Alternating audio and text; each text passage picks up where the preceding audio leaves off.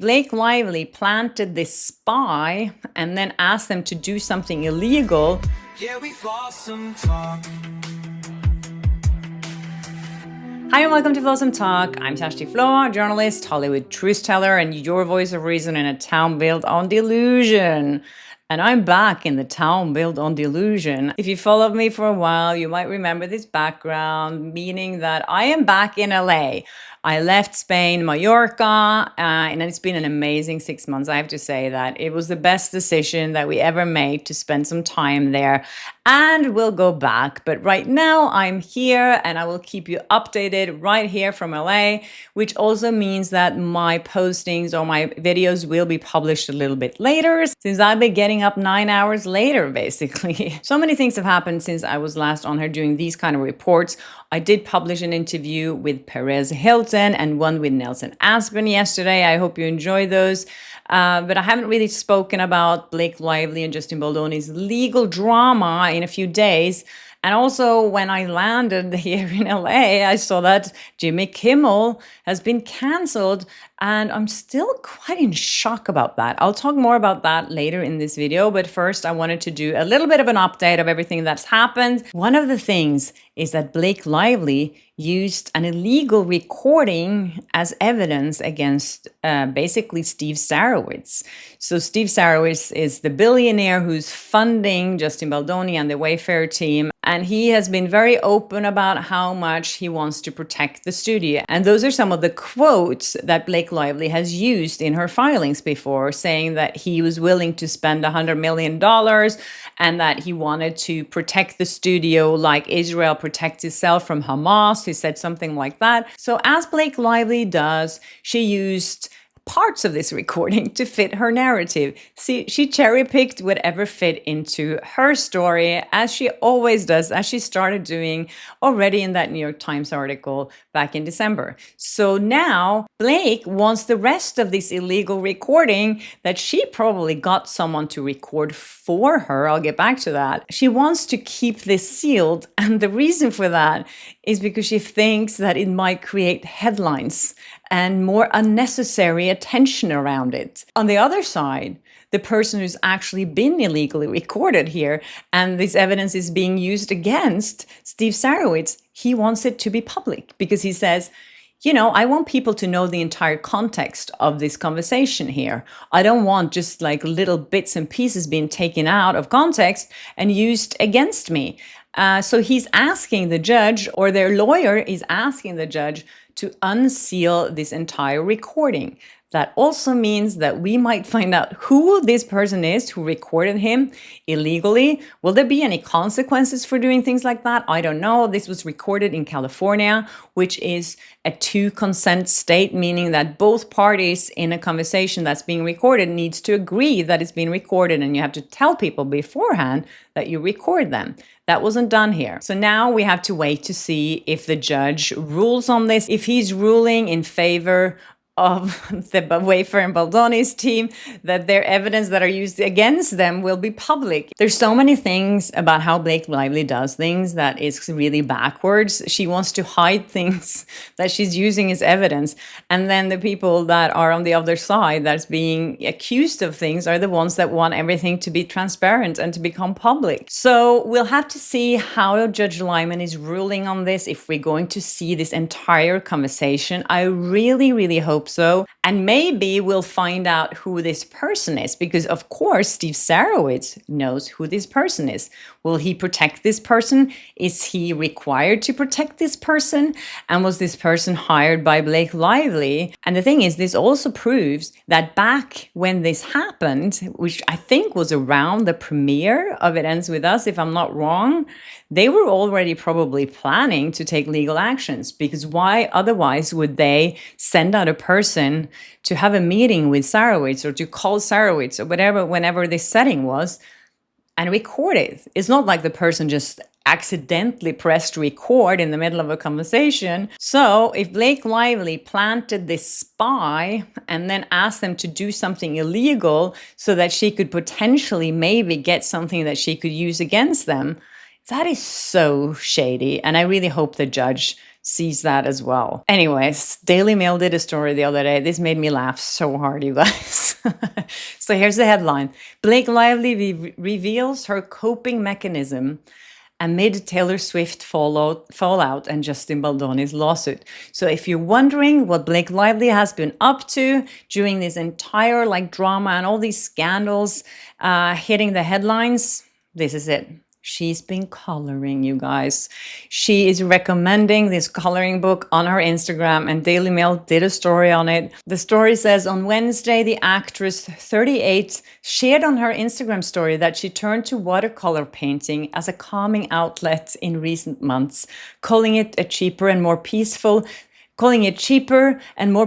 than most coping mechanisms. And she says here, you can take as much or as little time as you like. Wow, you don't have to do the whole book at once. Really good to know. And you can make the painting your own. That is a great tip from Blake Lively, who loves to take ownership. She's taking ownerships of her own watercolor paintings.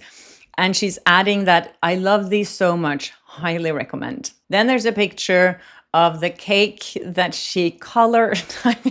I don't know, you guys. Is it just me, or this is just so ridiculous? And then they also added a bikini photo here that apparently she also posted to her Instagram. And the caption here, you guys, listen to this. A knockout. Hollywood favorite. Blake Lively. Hollywood favorite? Really? How can you... who wrote this caption? Hollywood favorite. I mean, you can say a lot of things. She's beautiful. She looks great in a bikini, whatever. But Hollywood favorite, Blake Lively. And it continues, made this rare move of sharing a bikini photo of Instagram. It's funny though, because it's not that rare, because she did it last week as well, or the week before, when she posted a photo of her in a bikini on a boat, and she was praising all these female entrepreneurs that were behind all the products she was wearing. So it's not that rare. Then the caption continues, the 34-year-old blonde beauty from Tarzana, California, she's not 34. That's what made me believe that they just took an old caption from 4 years ago when she was wearing a bikini and just slapped it on this photo. And it says, wore a white two-piece that made the most of her trim tummy. This is so Daily Mail. I'm imagining Daily Mail having this their own section of the building where only people who write captions sits, and there's this caption department, and you just sit there and write captions all day, and they're so tone deaf. I remember reading captions on this Harry Styles story a while back when he was going hiking somewhere in this neighborhood here in West Hollywood, and they had 12 paparazzi pictures of him, and they were trying to make different captions on every shot that was almost identical. And they were all describing his socks and his shoes and his pants. And it was if you can read captions, you're not blind. And then you can also actually see what the person is wearing. So we could all see that Blake Lively was wearing a white two-piece.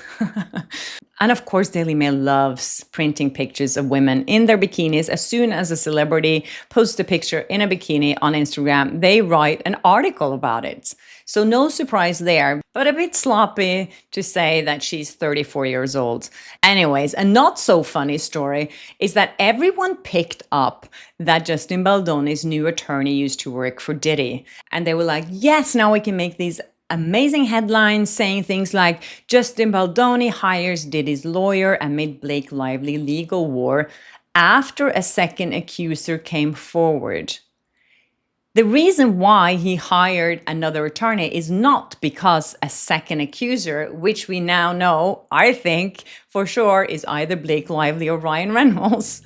That's not the reason why he hired an appellate lawyer. He hired this attorney because he's planning, probably allegedly, an appeal. And she has been working for P. Diddy before.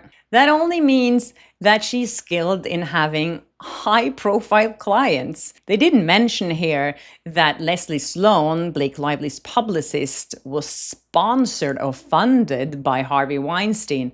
And the interview that I did with Blake Lively when she was being so rude, she was there to promote a movie for Woody Allen. If we're playing the guilty by association game here, Daily Mail, you should also mention that. And that goes for all the other outlets. So now they wanted to connect the name Baldoni and Diddy. And also remember that it's not Justin Baldoni's decision alone what attorneys they're hiring. There are 12 people being sued by Blake Lively here. It's not just Justin Baldoni. Everyone has to agree on these decisions. Also something we have to consider while talking about a potential settlement here. Because some people are saying, like Perez was saying the other day, that he thinks there's going to be a settlement. But we have to remember, if that happens, 12 people, or how many they are, needs to agree on a deal. And that's not going to be easy. Anyways, while Blake Lively's team is sending out these press releases trying to paint Baldoni in the same light as Diddy, Ryan Reynolds is busy getting awards in Vancouver, Canada this time. He was receiving the highest honor, because he's such a nice guy. It says here that Reynolds has shown an unwavering commitment to giving back to the city where he was raised. Together with his wife, Blake Lively, he has generously supported Covenant House Vancouver and the Greater Vancouver Food Bank. He's given money to some charities, and now he's getting this honor. And why now? I feel like these things are just no coincidence. I wonder if Ryan Reynolds has a person calling everyone around like, hey, do you want to have Ryan Reynolds visiting your town or visiting your office or whatever? You can just give him an award and you'll get a lot of press. And yes. And Ryan Reynolds get another opportunity to show the world what a really, really nice guy he is. Another thing that his people arranged for him this week was to go and rename this arena after a young girl. Her name was Grace Bowen, a 9-year-old girl who passed away from cancer 10 years ago. And now he went there to rename an arena, a hockey arena, after her. She was a hockey player. Nice thing to do, but also, why now? It's so calculated. All these nice things that he's now doing, especially involving kids, it's all about trying to cover up that he was so rude to that kid on the red carpet at Toronto Film Festival a couple of weeks ago. And now he's on this tour pretending that he's being nice to children. We don't buy it. Anyways, one good thing that Judge Lyman did this week was ruling that Blake Lively is not allowed to see or to subpoena Brian Friedman's private intelligence firm. So she wanted to have access to all the information that he found out, and actually now the judge ruled and denied it. So good thing, one favor of the Baldoni team here. It would be insane if he allowed something like that, by the way. Anyways, I just wanted to comment quickly on what happened to Jimmy Kimmel because I'm still in shock by it. And I think this is a really dangerous path to go down. As you know, I'm a journalist. For me, freedom of speech is so important. As I said so many times here on my channel, when Blake Lively went after so many journalists and content creators and subpoenaing us, and trying to silence us. And I think that is what's happening here on a much, much bigger and much more dangerous scale. And it doesn't matter if you're Republican or if you're Democrat, everyone should be allowed to speak their mind. And I think it's quite ironic to see how Charlie Kirk's death now is being weaponized to silence critics. And if it's one thing that Charlie Kirk stood for, it was an open debate. He always invited people with different opinions than him to have a debate about it. And if we can't do that anymore because we're afraid of being cancelled, that is a big threat to democracy. They're not just silencing Jimmy Kimmel, they're silencing all of us. The moment critics are gagged, the truth goes underground, and that is really scary. When power decides who can speak, they decide the truth. I found this quote from George Washington from 1783 that I found very fitting in the situation, and he said, "If freedom of speech is taken away, then dumb and silent we may be led, like sheep to the slaughter." I was never a fan of council culture, and I think this is a continuation of that. It's just wrapped up differently. Someone called it accountability culture. It's the same thing. Anyways, at Kmart in Australia now, you can buy It Ends With Us for $3. Yeah, I wanted to end this episode on a lighter note. So thank you for sending me that photo. That made my day. Anyways, I hope you enjoyed this episode. And thanks for being patient with me from my return from Spain. And I'm so jet lagged, so I'm sorry if I rambled a lot. I'm trying to get my head in the right place again. But I promise you, I will keep you posted on everything that happens in this saga. And if you haven't subscribed yet, please do, and hit the notification bell so you don't miss an episode of Flawsome Talk. And I'll see you soon. Bye. Yeah, we Flawsome Talk.